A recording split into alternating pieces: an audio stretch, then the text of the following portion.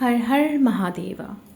তো বন্ধুরা, আজকে তোমাদের জন্য একটা বিশেষ রিডিং নিয়ে এসেছি। অনেক সময় ভাবছিলাম, অনেকক্ষণ ধরে ভাবছিলাম যে কী নিয়ে আমি রিডিংটা করতে পারি। তো একটা খুব ভালো একটা রিডিং নিয়ে এসেছি, সেটা হচ্ছে দেবাদিদেব মহাদেব, আমাদের শিব শম্ভু, আমার আরাধ্য উনি, আমার গুরু আরাধ্য, আমার বন্ধু বলুন, আমার যা কিছু আছে ঈশ্বর বলে উনিই আমার সব। তো তাকে সামনে রেখে তার গাইডেন্স আজকে আপনাদের জন্য কী হতে পারে, আমাদের দেবাদিদেব মহাদেবের গাইডেন্স আপনাদের জন্য কি হতে পারে আজকে, সেই নিয়ে একটা রিডিং নিয়ে এসেছি। এবং এই রিডিংটা কিন্তু পাস্ট, প্রেজেন্ট অ্যান্ড ফিউচার, এই তিনটি মানে অধ্যায় সাজানো হয়েছে, তিনটি অধ্যায় সাজানো হয়েছে, ঠিক আছে। মানে আপনার কিছুটা পাস্ট এনার্জিও এখানে কিন্তু আমি কালেক্ট করেছি। অবশ্যই আপনাদেরকে বলে রাখি, এটা একটা জেনারেল প্রেডিকশন। যতটা আপনি আপনার সাথে মিশছে বা আপনি নিতে পারছেন ততটা নেবেন, বাকিটা ছেড়ে দেবেন, কোনো অসুবিধা নেই। কারণ এটা একটা কালেকটিভ এনার্জি, সবার এনার্জিগুলোকে এটা নিয়ে নিচ্ছে। এবার যখন আপনারা আমাদেরকে যখন ইন্ডিভিজুয়ালি রিডিং নেবেন, তখন কিন্তু একজনের এনার্জি আমি রিড করব, তখন অ্যাকুরেট রিডিংটা আমরা দিতে পারি। তো অবশ্যই আপনারা জানাবেন কতটা আপনাদের সাথে রেজোনেট হলো, সেটা পরের ব্যাপার। আর একটা কথা আমি আপনাদের বলতে চাই, আমাদের কিন্তু জীবনটা ইকুয়াল গিভ অ্যান্ড টেক নিয়ে চলে। আমাদের প্রত্যেকটা রিলেশনশিপ আমাদের বেঁচে থাকার একটা ধাত্রই বলতে পারেন, যে আমরা কিছু প্রকৃতিকে দেব, পরিবেশকে দেব, এবং তার বিনিময়ে আমরা কিছু নেব। ফ্রিতে কোনোদিনই কোনো কিছু নেওয়াটা ঠিক না, সেটা আমাদের জীবনে একটা কর্ম ক্রিয়েট করে। কারণ আজ হয়তো আমি তাকে তার প্রাপ্য জিনিসটা দিলাম না, কিন্তু ভবিষ্যতে না হলেও সুদূর ভবিষ্যতে আমাকে সেটা কিন্তু দিতে তার পেছন পেছন ছুটতে হবে, কোনো না কোনোভাবে আমাকে তাকে দিতেই হবে, ঠিক আছে। এটা কিন্তু একদম ইউনিভার্সাল ট্রুথ। সুতরাং কিছু না কিছু আমাদেরকে দিয়ে তবেই কিন্তু আমাদের জিনিসটা নেওয়া উচিত। আপনারা দেখতে পাচ্ছেন মোমবাতিটা কীরকমভাবে লাফাচ্ছিল, এনার্জি কতটা মানে এখানে হাই আছে, আপনারা নিশ্চয়ই বুঝতে পারছেন। তো আমার আরাধ্য, আমার দেবাদিদেব মহাদেবকে আমি সামনে রেখে তার প্রতি সমর্পিত হয়ে আমি এই রিডিংটা করছি। আপনারা জানাবেন কেমন লাগলো, অবশ্যই ক্লেম করবেন, এটাই আমি চাইছি। আপনারা অবশ্যই ক্লেম করবেন। দেখুন মোমবাতিটা আবার এনার্জি ফ্লোটা বাড়ছে। তো যাই হোক, মেন রিডিংয়ে আসি। সেই রিডিংটা হচ্ছে, পাস্টে দেখা যাচ্ছে আমার যারা ভিউয়ার্স, যারা এই রিডিং অবধি আসছেন তাদের কথা বলছি, কারণ এই রিডিংটা আমি করছি এটাও তার কৃপা, এবং যারা এই রিডিং অবধি আসবেন, যারা শুনবেন, এটাও তারই কৃপা। এবং এর রিডিংয়ের ফলস্বরূপ যদি আপনারা কিছু পান, সেটাও তারই কৃপা। আমি শুধু বলতে পারছি, আমি শুধু খাতা কলমে কিছু আমাকে বলে দেওয়া হয়েছে, শিখিয়ে দেওয়া হয়েছে, সেগুলো অ্যাপ্লাই করছি। বাকিটা কিন্তু অবশ্যই অবশ্যই পাওয়া এবং দেওয়া, এটা তার ওপরই ডিপেন্ড করছে। তিনি যতটা চাইবেন, যতটা দিতে চাইবেন, ততটাই দিতে পারবো, আর যতটা আমি পাওয়ার থাকবে ততটাই আমি পাবো। তো এই জিনিসটাকে মাথায় রেখে অবশ্যই রিডিংটা পড়বেন। আর পাস্ট সিচুয়েশান আপনাদের যেটা দেখতে পাচ্ছি, প্রচণ্ড হেল্পলেস পরিস্থিতির মধ্যে দিয়ে গিয়েছেন আপনি, প্রচণ্ড, মানে আর্থিক দিক থেকে শুধু বলবো না, পারিবারিক দিক থেকে, রিলেশনশিপের দিক থেকে, যে কোনো অফিসে যদি বলেন, কাজের দিক থেকে, মানে একটা দুর্ভাগ্যের মতন পরিস্থিতি। মানে নিজের জীবনযাপন করার যে একটা স্ট্রেংথ থাকে মানুষের, সেটাই যেন ছিল না, ঠিক আছে। একটা জীবনের যে পর্যায়ক্রম থাকে, যে এটার পর এটা, ওটার পর এটা, আমরা একটার পর একটা প্ল্যানিং করে বা একটা সংকল্প নিয়ে আমরা এগোই, সেটাকে ফুলফিল করি, তারপরে আবার এগোই, এটাই আমাদের জীবন। তো সেটাকে সুন্দরভাবে আমরা করে থাকি, কিন্তু সেই জিনিসটাই যেন একদম ডিসব্যালেন্স সিচুয়েশানে চলে গিয়েছিলেন। আপনি নিজেই জানতেন না যে আমার এর পরের পদক্ষেপ কী নেওয়া উচিত। অনেক কাছের মানুষদেরকে দূরে চলে যেতে দেখেছেন আপনি।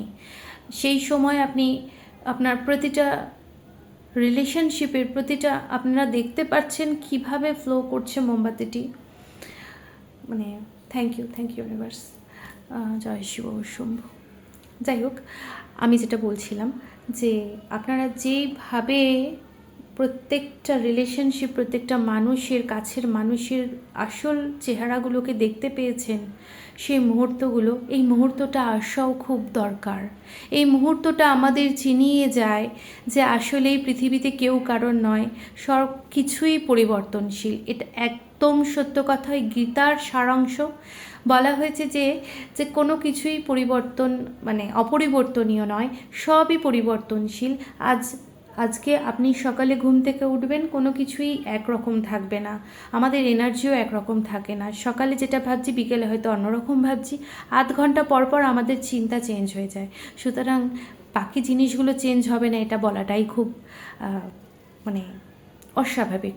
তো এই সিচুয়েশনের মধ্যে দিয়ে যখন আপনি গেছেন, যখন আপনার হাতে অনেক কম সোর্স ছিল, হয়তো সোর্স থাকলেও সেগুলোকে সঠিকভাবে কাজে লাগিয়ে উঠতে পারছিলেন না, যেটাই করছিলেন সেটাতেই বাধা এবং ব্যর্থতা আসছিল, সেই সিচুয়েশনে অনেক অনেক কাঠখড় আপনি পুড়িয়েছেন, অনেক জায়গায় গেছেন, হতে পারে অনেক ট্যারোট কার্ড রিডার, অ্যাস্ট্রোলজার, অনেক কিছু আপনি চেষ্টা করেছেন, এর সলিউশন খুঁজেছেন, হতে পারে নতুনভাবে কোনো কিছু শিখেছেন যেটাকে আপনি অ্যাপ্লাই করতে পারবেন। আর এই খারাপ সময়গুলো অবশ্যই আপনাকে শিখিয়ে দিয়ে গেছে, আপনি অনেক কিছু শিখেছেন, এই অভিজ্ঞতাটাই আপনার জীবনে পাথেয় হয়ে দাঁড়াবে। এই খারাপ সময়ের অভিজ্ঞতা এবং শিক্ষাগুলোই আপনার জীবনের অবলম্বন হয়ে দাঁড়াবে। এটা হচ্ছে একদম সত্য কথা। অনেকভাবে চেষ্টা করেছেন এই খারাপ সময়টাকে কিভাবে কাটিয়ে উঠে যেটা আপনি চাইছেন সে সঠিক পরিস্থিতি, সঠিক জিনিসগুলোকে নিজের হাতের মুঠোয় নিয়ে আসতে পারেন, কিন্তু হয়ে ওঠেনি।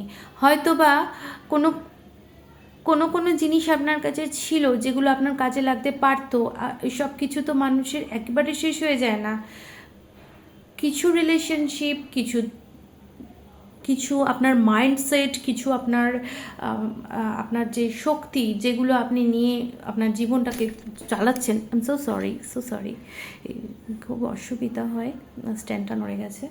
ঠিক আছে, এবারে আমি এগোচ্ছি। যাই হোক, যেটা আপনার সাথে ছিল বা যারা আপনার সাথে ছিল সেগুলোকেও আপনি সঠিকভাবে কাজে লাগাতে পারছিলেন না, মানে এতটাই হতাশাগ্রস্ত হয়ে গিয়েছিলেন।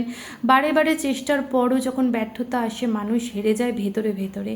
মানুষের মনে হয় যেন আবার উঠে চেষ্টা করতে সে চাইলেও তার কিন্তু ভেতরে সেই আগের মতন শক্তি সাহসটা থাকে না, কোথাও যেন একটু ভয় কাজ করে যে আবার হারতে হবে না।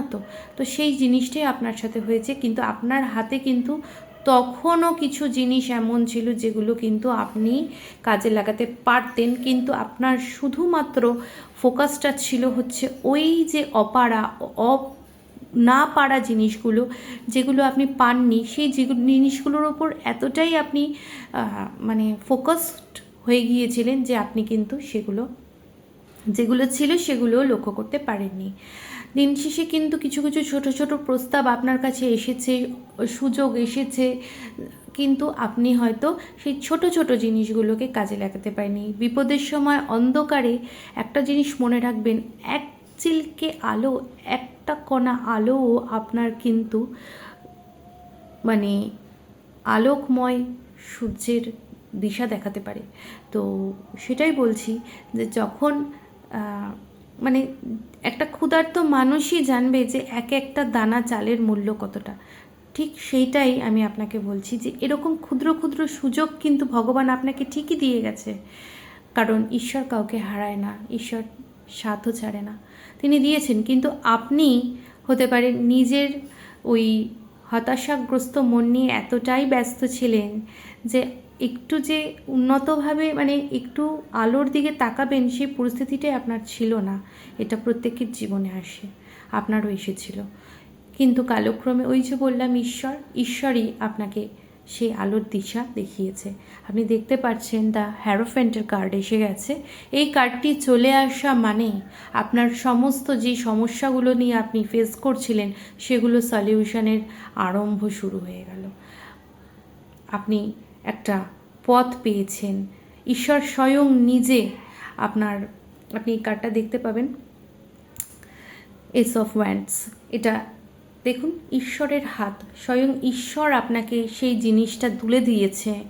বর্তমান সিচুয়েশান, এবার আমি আপনার বর্তমান সিচুয়েশানের কথাই বলছি, যে ঈশ্বর স্বয়ং কারেন্ট যেটা আপনি আছেন, আপনার কাছে কিন্তু এখন যথেষ্ট মাইন্ডসেট বলুন, যথেষ্ট শান্তি সন্তুষ্টির সাথে আপনি জীবন অতিবাহিত করছেন। ঈশ্বর স্বয়ং আপনার হাতে সেই শক্তি তুলে দিয়েছে, সেই ক্ষমতা, সেই অবস্থান আপনাকে প্রকৃতির বুকে দিয়েছে, যেটা কিন্তু আপনি আরও উন্নত, আরও সমৃদ্ধ করতে পারেন।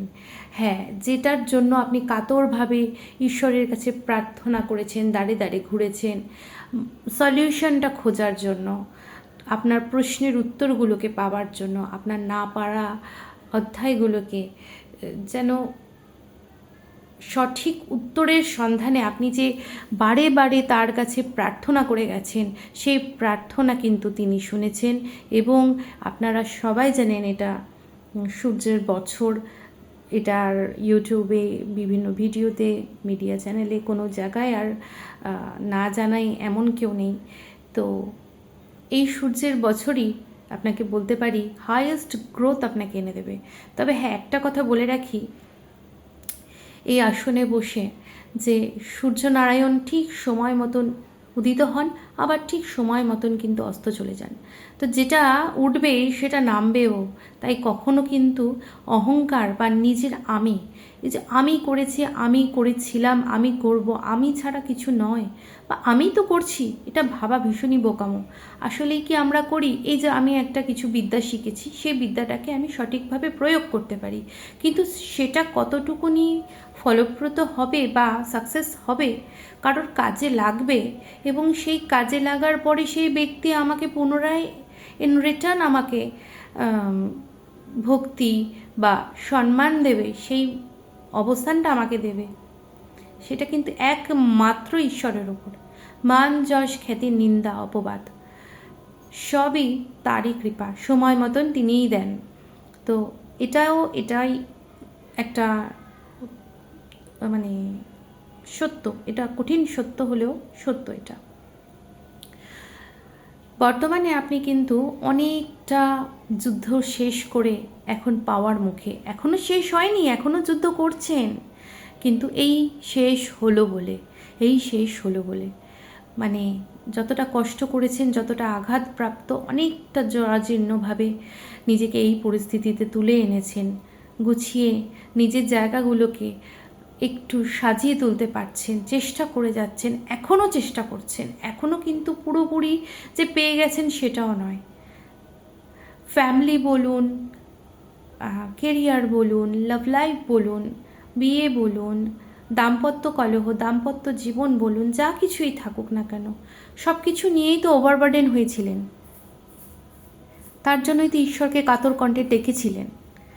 হ্যাঁ, এটা সত্যি কথা, কিন্তু সলিউশনও আপনি পাচ্ছেন। এখন বর্তমানে আপনি সলিউশন পাচ্ছেন, আমি দেখতে পাচ্ছি।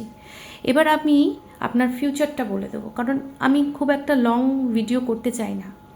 আপনি যখন আমার সাথে, আমরা যখন যেই হোক ইন্ডিভিজুয়ালি আমরা কারোর প্রেডিকশন করি, রিডিং করি তার, তখন আমি অনেকটা লং ভিডিও করব, সেটা কোনো ব্যাপার না, ভালো লাগে। কিন্তু এটা একটা জেনারেল প্রেডিকশন, বেশি এটাকে নিয়ে আমি কিন্তু গা ভাসিয়ে দেব না। তো যাই হোক, এবার আমি আপনার ফিউচারটা বলি। কারেন্ট ফিউচার মানে আবার ধরে নেবেন না যে সারা জীবনের মতো ফিউচার। এটা ট্যারোট কার্ড রিডিং, এটা হচ্ছে সাময়িক একটা ভবিষ্যবাণী। খুব বেশি হলে 3 থেকে 6 মাস এর আয়ু, ঠিক আছে? সময়সীমাটা বলে দিলাম, এটাকে আপনি 3 মাস ধরে চলতে পারেন। আগামী 3 থেকে 4 মাস আপনার কেমন হতে চলেছে সেটা বলছি। সামনে এখন বর্তমানে তো অনেক চেষ্টা, অনেক সাকসেস, অনেক অপরচুনিটিগুলো আপনি পাচ্ছেন, গ্র্যাব করছেন, সেলিব্রেশন আসছে, আপনি যেটা চাইছিলেন সেটাই পাবেন, কাজ করার জায়গা পাবেন, নিজের মতামত প্রকাশ করার জায়গা পাবেন, নিজের যে অধরা কথাগুলো, অধরা ভাবগুলো কোনোদিনও বলে উঠতে পারেননি, না বললেও সবসময় কথা বলতে হয় না, বাইরের আওয়াজ হচ্ছে, আই এম সো সরি। তো না বলা যে কথাগুলো, সেটা সব সময় বলতে হবে এমন কোনো কথা নেই, কিন্তু সেটা কিন্তু আমরা আমাদের আচরণের মাধ্যমেও প্রকৃতি পরিবেশকে জানিয়ে দিতে পারি। তো আপনার কনফিডেন্স, আপনার যে মনের যে আলোটা, সেটা আপনার মুখে একদম ফুটে উঠবে। তো সেটাই বলতে পারি যে খুব মন দিয়ে আপনি কাজ করতে পারবেন, কাজ করার জায়গা পাবেন, আরও বেশি ফোকাস হবে। ওই যে বললাম যে যে মানুষটা অনেক দিন মানে কোনো কিছু ভালো বা সুন্দর দেখেনি, তাকে যদি আমি এক বিন্দু আলোও দেখাই, তখন সেটাই তার কাছে আঁকড়ে ধরার মতন, মানে আপনি আঁকড়ে ধরবেন। এবং আপনার এই যে পরিশ্রম, আপনার এই যে কষ্ট, আপনার এই যে এবার মানে ছটফটানি ভাব যে এই পরিস্থিতি থেকে আমাকে যেন তেন প্রকারণে বেরোতেই হবে, আপনি বেরিয়ে আসবেন, আপনি বেরিয়ে আসবেন। আপনি যেটা চেয়েছেন সেটার ওপর কাজ করার মতন জায়গা পাবেন। বিশ্বাস রাখুন তার ওপর। এই বছর আপনাকে দেবে। শুধু কিন্তু আপনাকে একটা কথা বলে রাখি, পজিটিভ মাইন্ডসেট রাখবেন। পজিটিভ মাইন্ডসেট যদি আপনি রাখেন, তাহলে দেখবেন কিছু খারাপ জিনিসও ভালো হয়ে যায়। প্র্যাকটিক্যাল অবশ্যই হবেন, কিন্তু পজিটিভিটির সাথে আমাদের জীবনে এগিয়ে যাওয়াটা বেশি ভালো। তো দেখুন, গয়না পরে বেরোলে চুরি হয়ে যাবে, তাই বলে কি গায়ে গয়না দেব না? সেই হয়েছে কথা। তাহলে আমরা জানি যে এখানে এই জিনিসগুলো আমার আর হওয়ার নয়, পাওয়ার নয়, এখানে আমার কোনো কিচ্ছু হওয়ার নয়, আপনি জানেন। তারপরেও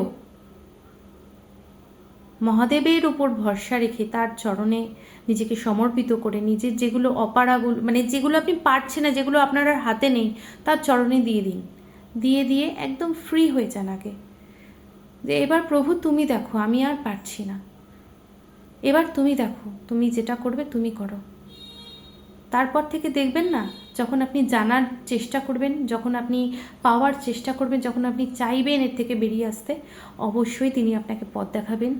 সমস্ত শিক্ষা, সমস্ত কথা, সমস্ত ব্যাপারগুলো আপনার সামনে এনে দেবেন।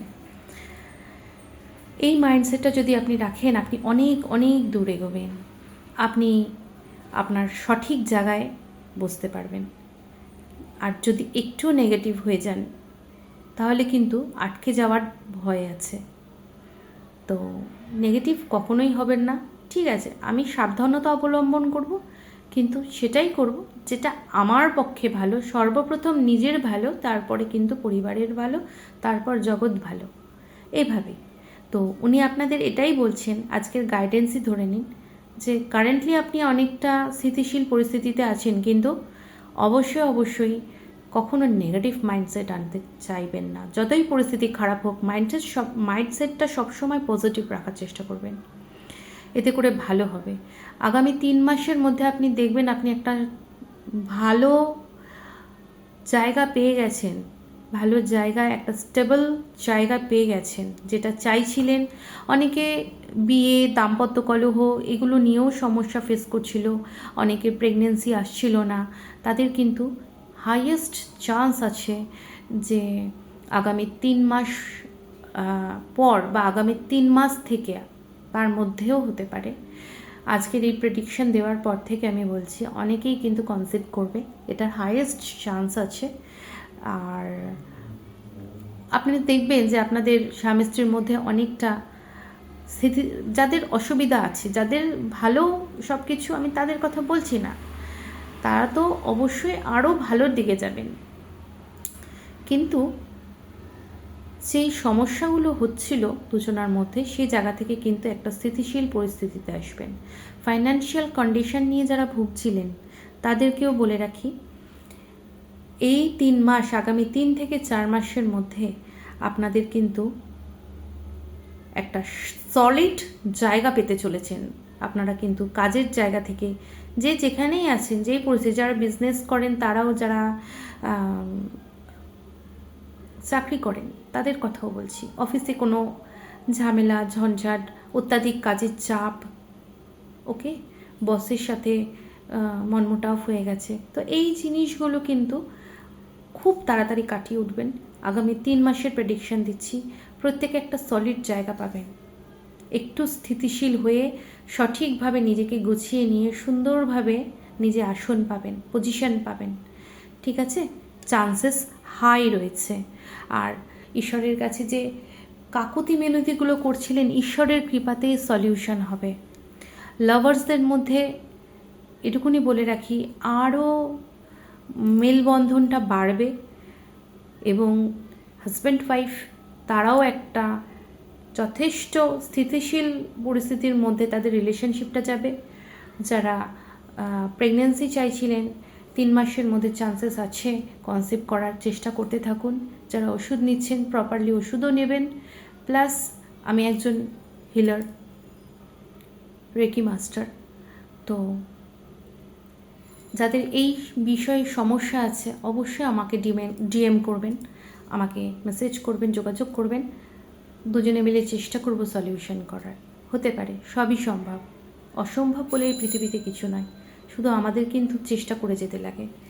আর বাকি খুব ভালো রিডিংটা হয়েছে, এটা আজ যেটুকুনি বলতে পেরেছি তার কৃপা, তাকে সমর্পিত চিত্তে তাকে স্মরণ করে আমাদের দেবাদিদেব মহাদেবের কৃপায় এই রিডিংটি করলাম। আপনারা জানাবেন আপনাদের কেমন লাগলো, কতটা আপনাদের রেজোনেট হয়েছে, এবং যেগুলো আপনাদের মনে হচ্ছে এগুলো আমাদের জন্য নয়, মনে রাখবেন এইটা অন্য কারোর এনার্জি হতে পারে, তো সেটা তার জন্যই ছেড়ে দিন। যেটুকুনি আপনার মনে হচ্ছে সেটুকুনি আপনার নেবেন। এই যে আমি বললাম চাকরি, ব্যবসা, অনেকগুলো সিচুয়েশান আমাকে বলতে হচ্ছে, ভাবতে হচ্ছে, এইটা অনেকজন মানুষের জন্য, যার যেটা যাচ্ছে সে সেটা নিয়ে নেবেন, এটুকুনি বলবো। আর অবশ্যই ক্লেম করবেন, এটাই আপনাদের কাছে প্রার্থনা রইল। যদি আপনাদের ভালো লাগে ভিডিওটি, আমার রিডিং ভালো লাগে, অবশ্যই জানাবেন। আর যদি নাও ভালো লাগে, যে জায়গাগুলো আমি ইমপ্রুভ করতে পারি অবশ্যই জানাবেন। আমি অবশ্যই চেষ্টা করব আরও ভালোভাবে সুন্দরভাবে এগিয়ে যাওয়ার, আপনাদের সাথে আপনাদের নিয়ে। ক্লেম করবেন। Har Har Mahadeva. Thank you so much. ভালো থাকুন।